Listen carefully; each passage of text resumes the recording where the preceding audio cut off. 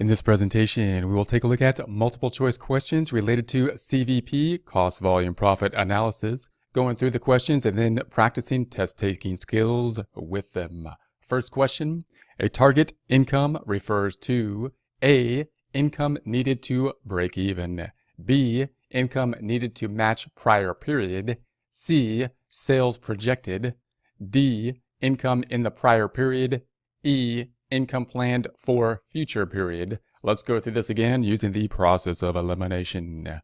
A target income refers to A, income needed to break even.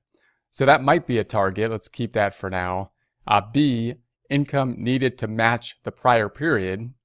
Again, we could base that as the target, but that doesn't seem like the only criteria we could base that on, so I'll cross that one out. C says sales projected. That sounds like a kind of a targeted term, so I'll keep that for now. D says income in the prior period.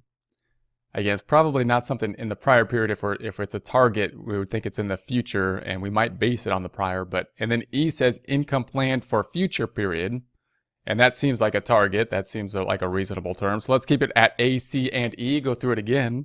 A target income refers to A, income needed to break even. Now again, that's the break-even point is such a term that's so CVP, such a big CVP term point that's why it sounds familiar to keep there, but we don't really want to target the break-even. That's basically going to be kind of our base point, our base kind of calculation.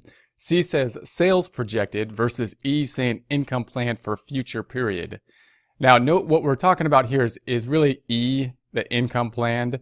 And note when we consider the terminology, sometimes we use sales to refer to revenue, oftentimes when we're considering CVP, because we're talking about inventory oftentimes.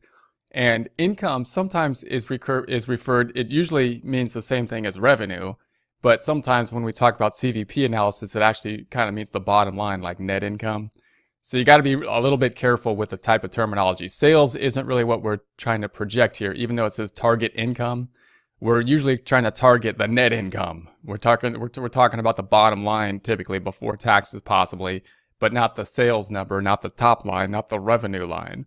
And so just keep that in mind, different terminology as we go from financial accounting, managerial accounting, and through different types of companies, service companies versus inventory companies and manufacturing companies. They might use some slightly misleading terminology that might not be completely consistent all the way through.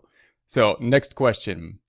The margin of safety is the excess of A, break-even sales over fixed costs, B, expected sales over variable costs, C, expected sales over fixed costs, D, expected sales over break-even sales, and E, sales over the margin.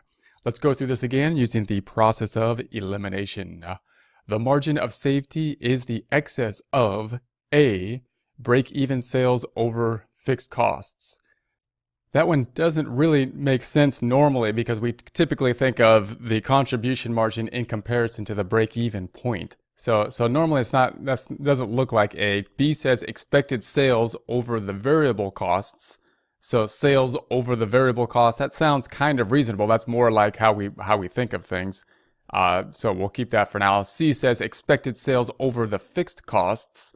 And again, that's kind of backwards. Usually we think of sales over the variable costs and then compare them to the fixed costs. That's kind of the format of our contribution margin type income statement. So I'll cross that out. D says expected sales over the break-even sales. And expected sales over the break-even sales, maybe. And then E says sales over the margin. So sales over the margin. Not sure exactly what they mean here. I'll keep that for now. The margin of, let's go through it again. Margin of safety is the excess of expected sales over variable costs or expected sales over the break-even sales or sales over the margin. So of those three, the sales over the margin doesn't seem to ring a bell for me as something that would be reasonable. B says expected sales over the variable costs, and that would leave, you would think, the fixed costs plus the amount that would be over that, the profit amount of it. So if we consider that, or the expected sales over the break-even point. Now this, you would think, would be a good margin of safety type of term. because the break-even point would mean that we don't have a loss, and anything over, any expected sales over the break-even point in sales, you would expect to be profit. So that would seem like a good margin of safety. At least we don't have a loss if the expected sales are over the break-even sales point. Let's call that the margin of safety. Final answer, the margin of safety is the excess of D, the expected sales over break-even sales.